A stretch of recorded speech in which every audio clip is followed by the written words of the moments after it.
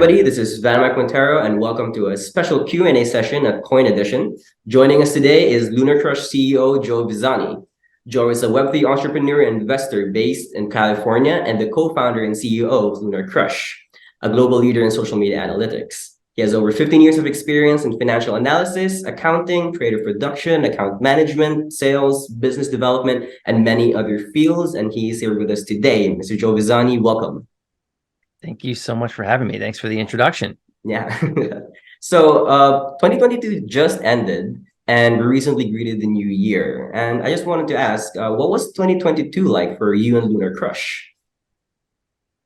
For us and for LunarCrush, I mean, I kind of have to start with just the market. I think 2022, one of the questions I was asking people over the break was, man, would you, from a financial perspective, would you have rather lived through 2020 again or 2022? And a lot of people said they would rather be living in 2020, even with everything happening, which is crazy to think about. But it was a difficult year in Web3 and crypto. You can't shy away from that. It really was, and then to kind of finalize the year, with a FTX and what happened there, we actually, it was kind of funny. We did a year-end video that we do at LunarCrush. So we kind of like wrap the year up, and we did a conference here in Los Angeles, the LA Blockchain Summit. It's been doing it for a long time with our one of our main investors, Draper Going Home, and we did a wrap-up video, and we were like, should we just ship the wrap-up video like November, like it was like November 9th. It's like, we're going to be out really early with the wrap-up video, but at least like we're the first ones out with the wrap-up video. We're like, what could possibly happen like in 2022 after everything that's happened already? I'm really glad we didn't ship that video just because of everything that happened. But yeah, I would say that was for people that aren't familiar, it kind of felt like a Bernie Madoff, Lehman Brothers, and Enron moment all at the same time with the same company, and like at the end of a very, very hard year. But with that being said, I do believe that the industry did need some sort of a flush out that happened, right? Like with anything new, you have people that are trying to build the right way and the people that are trying to push the technology and the industry forward. And then you have people that are money grabbing, or, they don't realize, but they're tearing the industry down.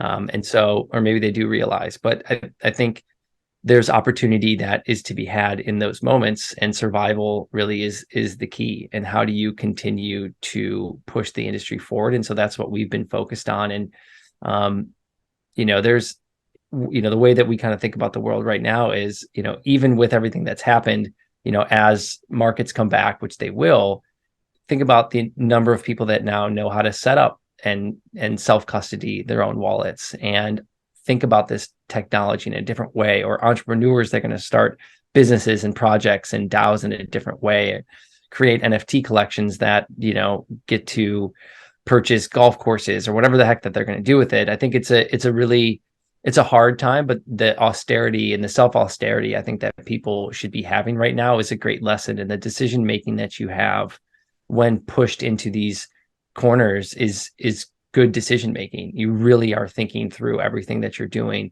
where sometimes when like there's a bull market and things are kind of flying, there's business deals flying left and right, and it's harder to sift through that noise. And so for LunarCrush, we've been really focused on building and diversifying the audience set. So we started 2022 by just looking at cryptocurrencies, and now we're also looking at social intelligence for NFT collections across Ethereum. And then we also added stocks. And so we're looking at social intelligence across like the S&P, NASDAQ, Fortune 500. I think we're up to almost 1,000 assets there, where we're pulling the same type of Twitter, Reddit, YouTube, all the news data to try and help this kind of new investor class, the millennials that are going to be taking the behaviors that they have in crypto and kind of overlaying that onto stocks as well.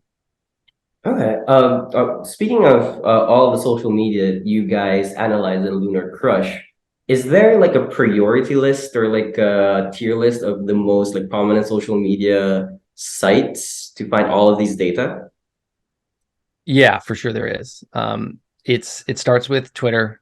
even all of the projects that are out there that are starting something new, they're going to look for a Twitter handle before they look for a domain name now, which that was not the case before, right? You try to get a domain name, make sure you have the domain name, but some of these people are saying like, is the Twitter handle there? It's the most prominent thing. And so crypto Twitter is where the majority of that kind of quality data lives, and it's based on kind of the data structure that they have with 140 or 280 characters, and you kind of need to create from a business perspective your stamp on that audience if you're really going to try and grow and be prominent. That's where people go for data, and so for us, that's where it started. We do pull data from Reddit as well. To look at, things like Wall Street Bets has 13 million subscribers, right? There's a lot of data that's out there, all this public data. And so for people that don't know, what we're doing is we're looking for keywords or cash tags or information about cryptocurrencies, NFTs, and stocks. We aggregate all of that data. We clean it for spam. There's a lot of spam out there to try and kind of distill some signal from the noise of what do the communities look like around each of these projects. And so Twitter, I would say, has kind of the highest signal, then Reddit. We do pull, YouTube has a ton of quality content as well, and a lot of people creating there, less frequency, but maybe a deeper kind of context to video.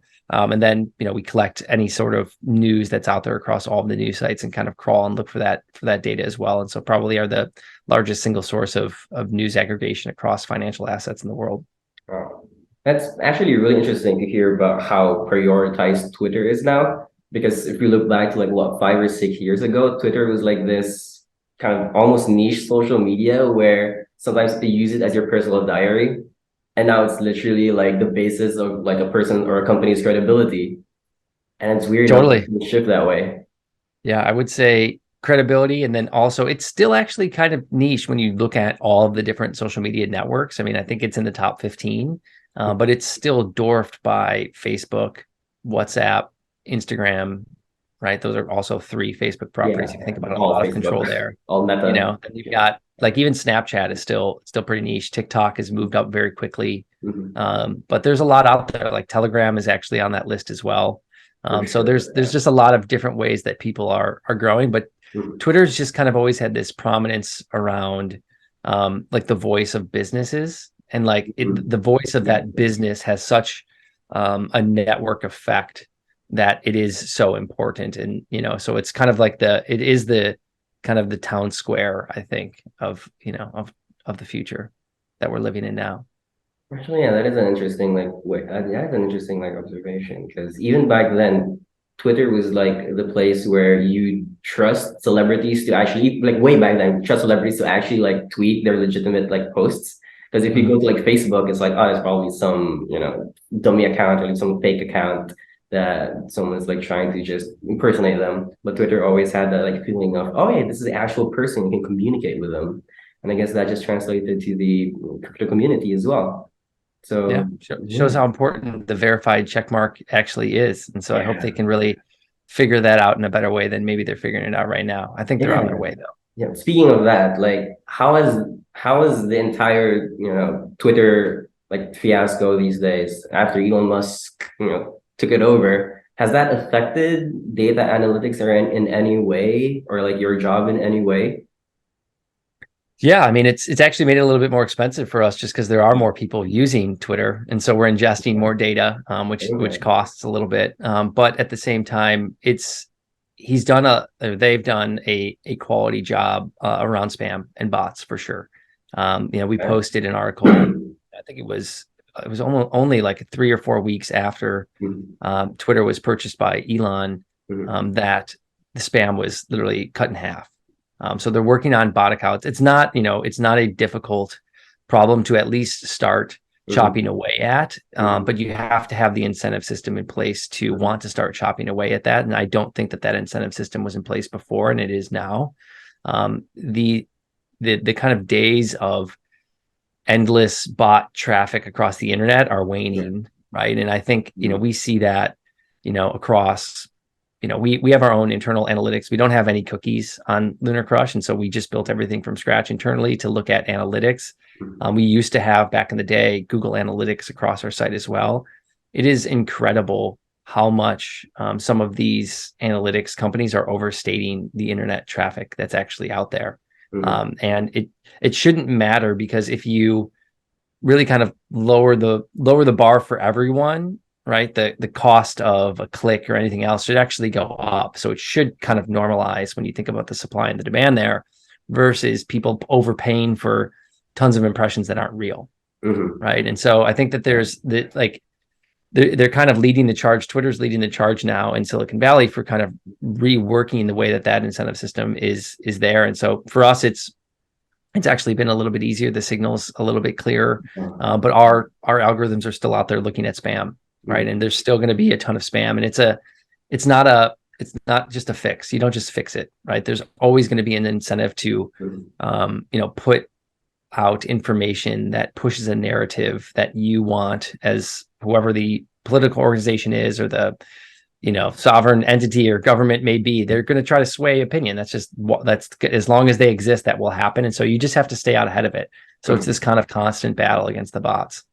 Okay, that's actually a really interesting perspective that you just given, because sometimes when you look at, like, face value, what's happening on Twitter, what's happening on social media, you can't really tell what's really going on. There are so many voices like screaming. Like, for example, a lot of people have been almost complaining about like the Elon Musk thing, going like, Twitter's a bit worse right now, or everything is kind of messier. But hearing the data analytics side going, no, bots are cut down, it's actually less, things are much easier now. That is an interesting perspective. I was wondering whether, like, Twitter would be dethroned or something as a crypto platform. So I suppose that's not like going to be the case anytime soon. Yeah, I mean, two little things there. I think no, it won't be deplatformed anytime soon, as kind of the control, or like the head of that kind of crypto sphere, I guess, the conversation. But the other thing there that you're kind of talking about is kind of this. It was always kind of the user case of one, or the user study of one, right? Everyone thinks that their experience with a piece of software, is the only experience that's out there. And I think this is where, the really good product managers, understand what's going on, is that, the millions of voices that are out there together they're probably going to be right. It's kind of like when people are out there voting, they're like, do you think that the Fed's going to raise rates or lower rates? And it's 59% like think they're going to raise rates, and they're probably right. But a lot of these people are like, oh, spam seems a lot better now, or spam seems way worse right now. It's like, well, you're just one person. You follow, maybe 400 people. And out of those 400 people, you can't, if everyone tweeted once a day, you can never even read every tweet that those people did. You're reading, maybe 150 tweets a day just that you have. So whatever that algorithm is serving you. And so that's really the reason that we started LunarCrush.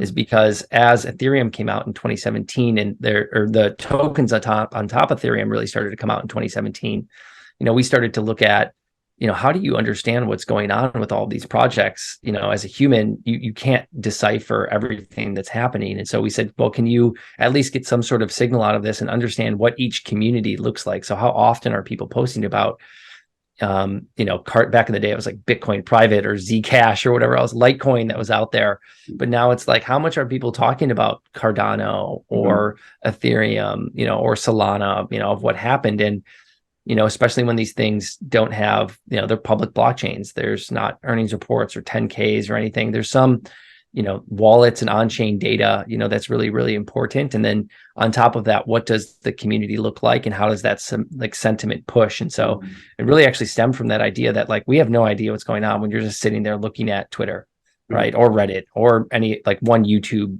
video. But when you combine all of that together, and you spend years of like fine tuning the artificial intelligence to look at the type of language that people are using, you start to kind of get this picture of what's real and what's not.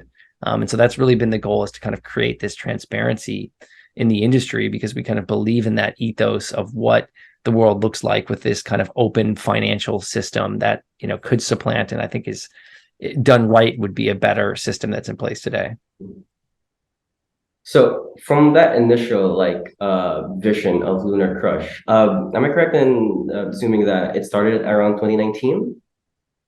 I mean, we started much before that. I mean, I looked at the first spreadsheet actually over the holiday. It was December of 2015 when we first started talking about kind of looking at financial data. And then it wasn't On your own. 2017 that it validated with Ethereum. We were like, okay, it's go time. And that's when we started to kind of aggregate and look at things. And then I think the first beta came out early 2019 is when we kind of, that was when we put the first website out there, which, is always that, you want to ship a lot earlier than you're comfortable with. So that's exactly what we did. I suppose that's kind of similar to like the writing thing that we a bit mentioned earlier. Yeah, for sure. No, so my actual question for that was from that initial vision of like, hey, we probably should do this because we can't really make me understand what's happening. How far has LunarCrush achieved from that initial vision to now? I mean, it feels like a decade ago, thinking about even those moments and the amount of work and effort that like the team and my co-founders and I have put into this thing.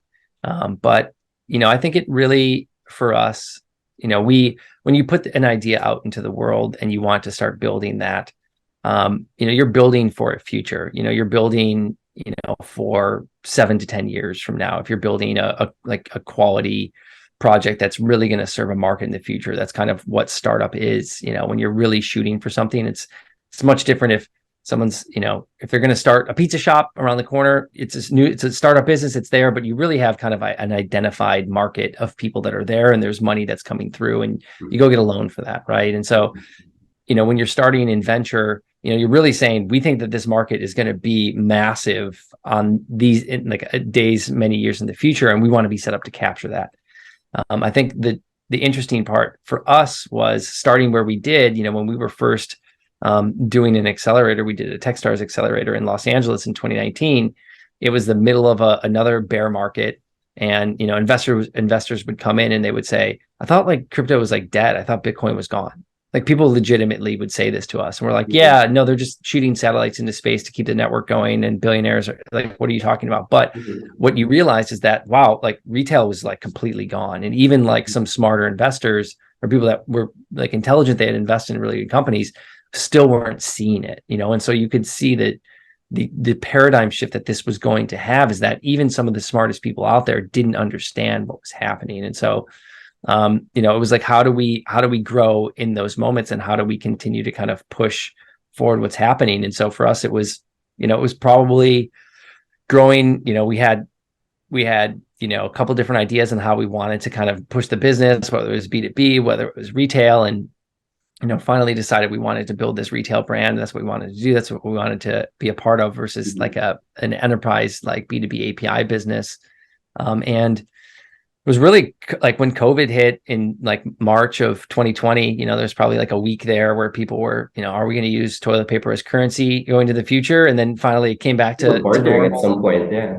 Yeah. And it really was, that's when everyone was at home figuring out, what is Robinhood? Like, what is the everyday investor? It's kind of what we were talking about earlier. Like all these people have wallets, they have the apps, they're ready to go, waiting for the market to turn around.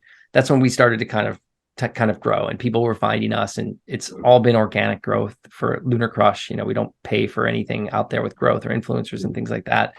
For us, it's just been nonstop posting, being out there with the community, creating that conversation. And so it's been like slow and steady wins the race, in our opinion, with just continuing to build out awesome products for people and build out things and listen to the community, then, see what people care about. Absolutely. Especially when you know that your product that you're pushing out is something that will actually, something that people need, something that people want. So yeah, you can find your way there though. It's when you launch something, you have this idea, but it pivots and it changes and it moves along the way. And so it's how good are you at listening to that?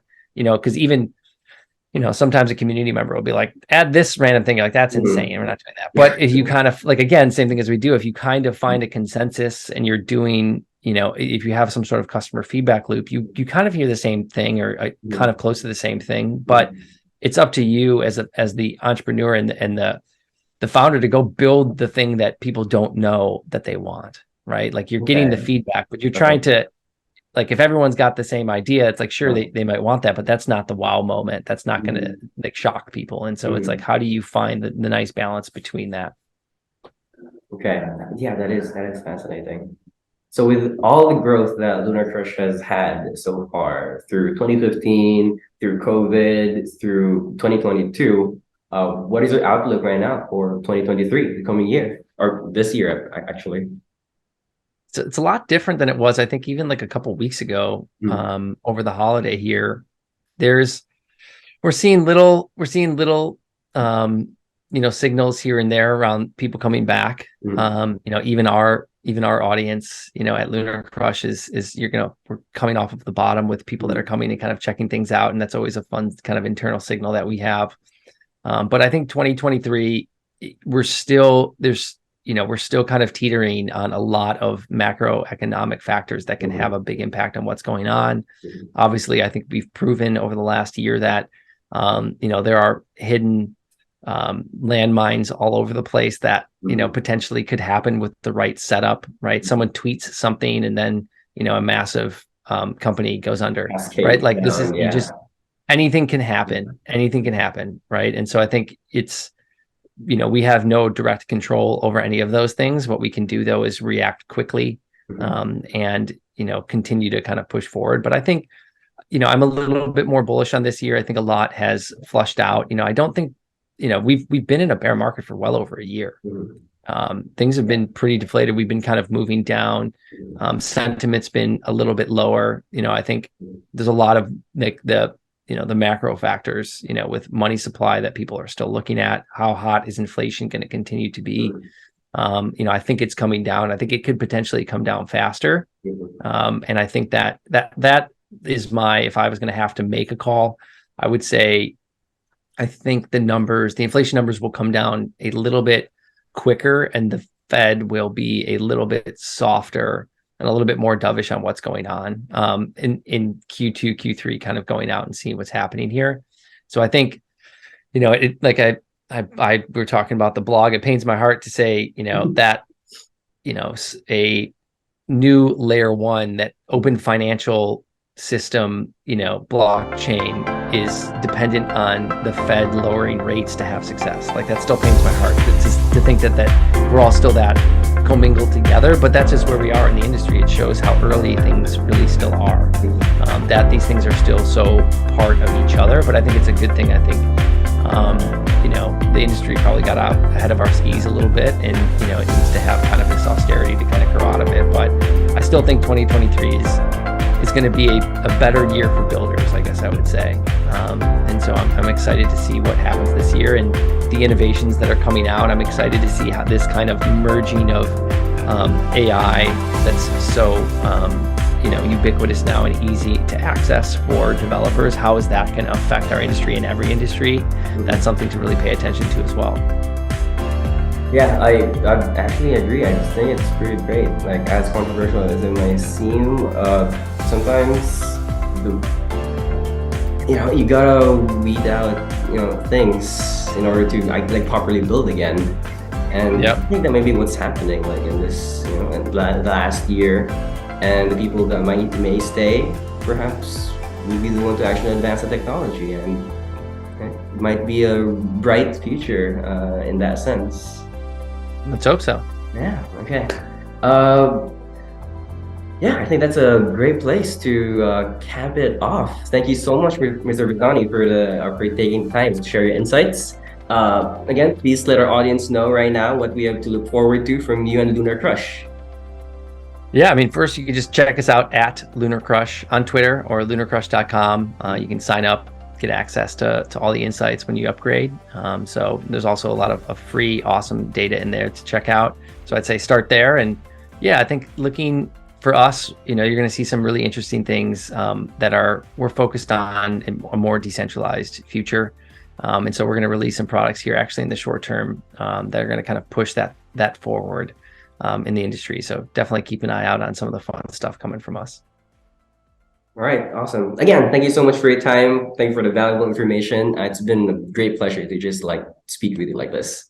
Yeah, awesome, man. I appreciate it. Thank you so much for having me.